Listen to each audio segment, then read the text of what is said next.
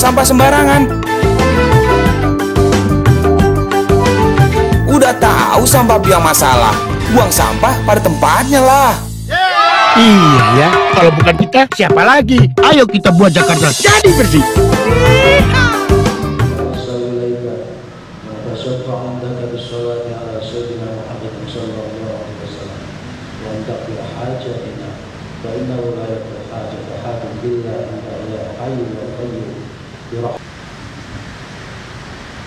Acara selanjutnya laporan Kepala Biro Pendidikan Mental dan Spiritual Serta Provinsi DKI Jakarta selaku. Assalamualaikum warahmatullahi wabarakatuh. Yang terhormat Menteri Gubernur Provinsi DKI Jakarta, yang terhormat para pimpinan lembaga-lembaga keagamaan Provinsi DKI Jakarta, para pelatih serta dan hadirin yang berbahagia. Pertama-tama kami panjatkan bersyukur kehadirat Allah Subhanahu wa Ta'ala, berkat rahmat serta hidayahnya kita dapat menghadiri acara pelepasan kafilah Provinsi DKI Jakarta untuk mengikuti MTQ tingkat nasional ke-25 tahun 2014 di Kota Batam, Provinsi Kepulauan Riau. Bapak PLT Gubernur yang saya hormati, perkenankan saya dalam kesempatan ini untuk melaporkan hal-hal sebagai berikut. Dasar hukum pelaksanaan atau keikutsertaan kafilah Provinsi DKI Jakarta pada MTQ nasional ke-25 di Provinsi Kepulauan Riau adalah Keputusan Menteri Agama Republik Indonesia Nomor 111 Tahun 2012 tentang penetapan Provinsi Kepulauan Riau sebagai tempat penyelenggaraan MTQ nasional ke-25 tahun 2014. Kedua, Surat Ketua Umum LPPT Nasional Nomor ST-02-12-2013 tanggal 12 Desember 2013 tentang ketentuan pokok MTQ nasional 25 tahun 2014. Ketiga, Instruksi Gubernur Provinsi DKI Jakarta nomor 146 tahun 2013 tentang penyelenggaraan MTQ tingkat provinsi dalam rangka menghadapi Musyawarah Tilawatil Quran Nasional ke-25 tahun 2014 di Provinsi Riau. Waktu dan tempat pelaksanaan. Pelaksanaan MTQ nasional ke-25 tahun 2014 akan dilaksanakan dari tanggal 5 sampai dengan 14 Juni 2014 bertempat di Kota Batam, Provinsi Kepulauan Riau. Ketiga, cabang yang dilombakan. Kafilah Provinsi DKI Jakarta akan mengikuti seluruh cabang dan golongan yang diperlombakan, yaitu cabang tilawatil Al-Quran, cabang hafiz Quran, cabang tafsir Al-Quran, cabang khat Al-Quran atau kaligrafi, cabang fahmul Quran satu rebus sebanyak 3 orang, cabang syahril Quran satu rebus sebanyak 3 orang, cabang musyabaqah menulis ilmiah Al-Quran putra dan putri, dan ditambah dengan kegiatan pendukung lainnya seperti perlombaan, kegiatan dalam bentuk pawai ta'aruf dan pameran pembangunan lembaga-lembaga keagamaan. Jumlah kafilah Provinsi DKI Jakarta yang akan mengikuti acara MTQ ke-25 sebanyak 115 orang yang terdiri dari kafilah inti yaitu ofisial sebanyak 51 orang, pelatih pendamping sebanyak 10 orang, peserta inti sebanyak 44 orang, peserta cabang 10 orang. Kafilah pendukung yaitu petugas pameran pembangunan, petugas pawai ta'aruf, tim monitoring, dan tim pendukung dari wilayah Kota Madia, Kota Administrasi Kepulauan Seribu, dan beberapa SKPD terkait. Demikian laporan ini saya sampaikan. Selanjutnya mohon perkenan Bapak Gubernur Provinsi DKI Jakarta memberikan sambutan sekaligus melepas secara resmi kafilah Provinsi DKI Jakarta. Sekian, wassalamualaikum warahmatullahi wabarakatuh. Selanjutnya mari kita dengarkan bersama sambutan pelaksana tugas Gubernur Provinsi DKI Jakarta sekaligus melepas secara resmi kafilah Provinsi DKI Jakarta. Kepada yang terhormat Bapak Basuki Cahayapurnama kami persilakan. Yang saya hormati Kepala Biro Pendidikan Mental dan Spiritual sekaligus pemimpin Kafilah Provinsi DKI Jakarta, yang saya hormati Ketua Umum Lembaga Pengembangan Tilawatil Quran, Bapak Muhammad Habib, yang saya hormati para pemimpin lembaga keagamaan yang hadir pada pagi ini, para pelatih, pendamping, para peserta. Assalamualaikum warahmatullahi wabarakatuh. Selamat pagi bagi kita semua. Yang pertama-tama kita mengucap syukur di pagi ini kita akan berangkat sebagai kafilah untuk ikut Musyawarah Tilawatil Quran ke-25 di Kota Batam, Kepulauan Riau. Tentu saja kita sebagai Provinsi DKI berharap bukan hanya juara umum, karena ini ibu kota, hampir semua media meliputi kita. Kita tentu ingin sekali, istilahnya guru agama saya itu, Islam harus jadi rahmatan lil alamin, bisa gitu kan. Jadi ini jadi model untuk seluruh Indonesia, dan kita sangat yakin kita bisa lakukan. Dari tafsir, dari hafal, orang 30 juz saja hafal oleh. Ya, Bapak Ibu jangan heran, dulu saya adalah ketua panitia MTQ Provinsi Babaya, karena saya bupati di Belitung Timur. Jadi saya ketua panitianya. Jadi saya juga sekolah Islam SD sampai SMP. Makanya saya agak lumayan lah, masih ingat-ingat.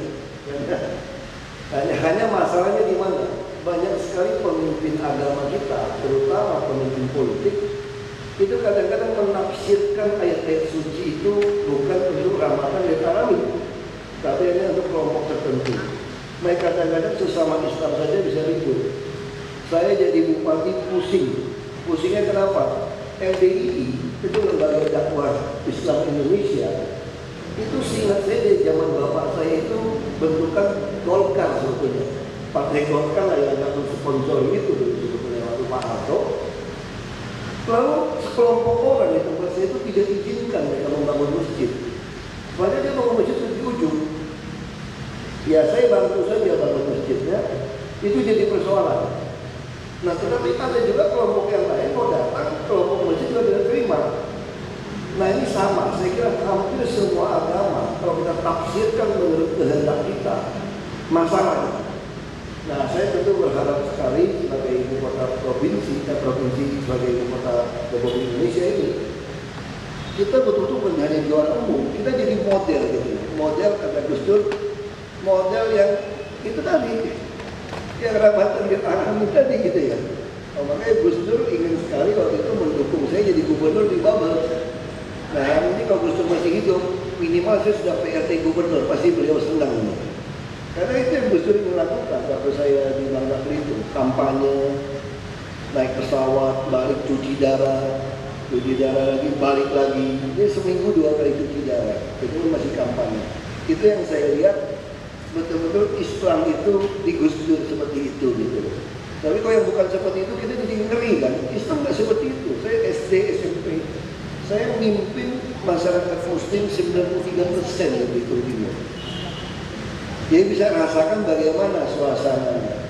Masih ada juga masjid yang menolak saya untuk lakukan safari Ramadan. Ada masjid yang menolak saya datang dengerin tausiah di Islamira. Ya bagaimana bisa dapat hidayah kalau tausiah saya tidak boleh didengar gitu loh. Itu kan sesuatu yang, nah itu model-model itu yang kita harapkan. Musyawarah Tilawatil Quran bukan hanya memperjuangkan juara umum, bukan. Yang lebih lagi itu kita ingin mendorong, saya kira, semangat orang harus membaca. Kalau kita beli motor baru gitu ya, mobil atau beli ya kalkulator baru, itu orang Amerika, kata teman-teman saya yang sekolah ke Amerika, banyak sekali itu nggak bisa pakai kalkulator, ada sinkos itu loh. Dia nggak bisa pakai. Kenapa? Orang Indonesia jauh tuh kalau pakai sinkos segala macam kalkulator yang semata apa istilahnya yang pintar itu kalkulator itu kan. Nggak bisa mereka aritmatik kalkulator itu.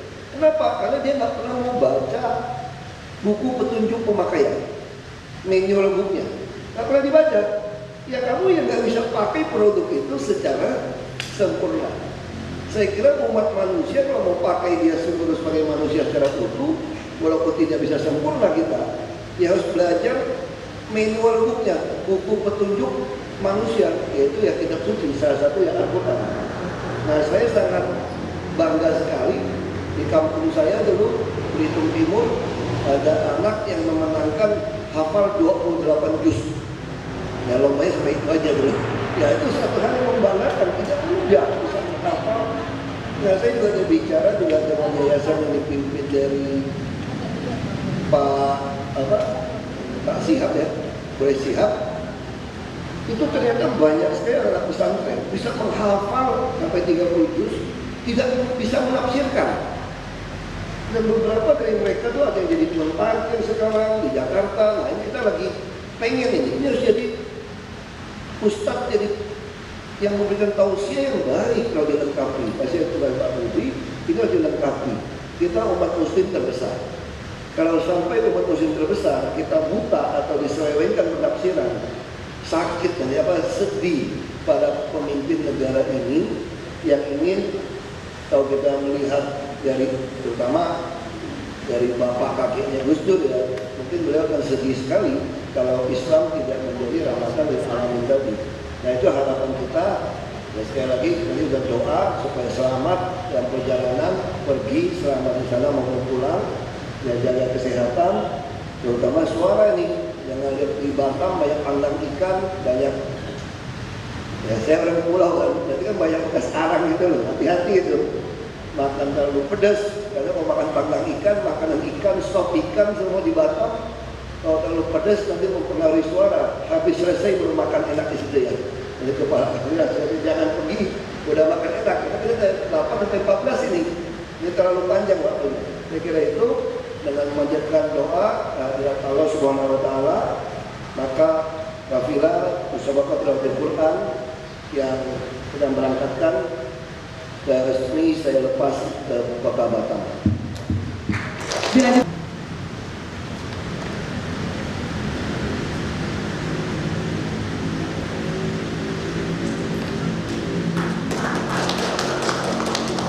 Acara diakhiri dengan pemberian ucapan selamat, diawali pelaksana tugas Provinsi DKI Jakarta dan diikuti tamu undangan lainnya.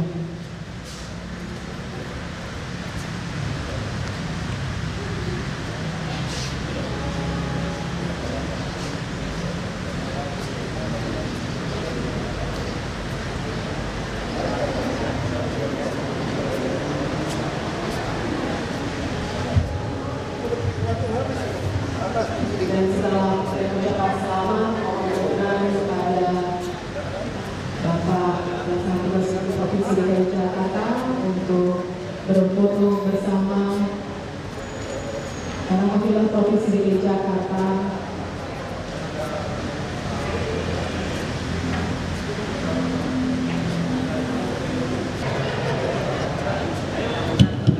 Bapak Ibu undangan yang kami hormati, demikianlah seluruh rangkaian acara kita pada pagi hari ini.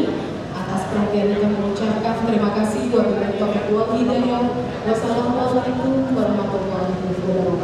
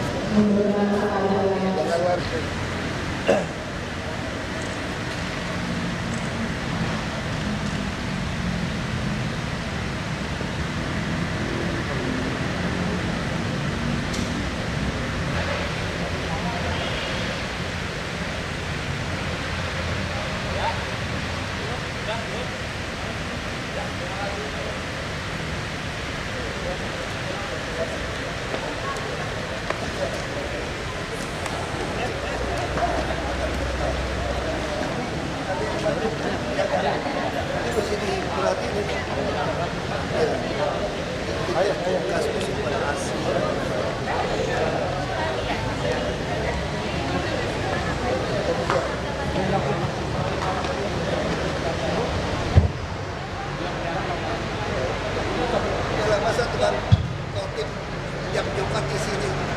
Mau ngomong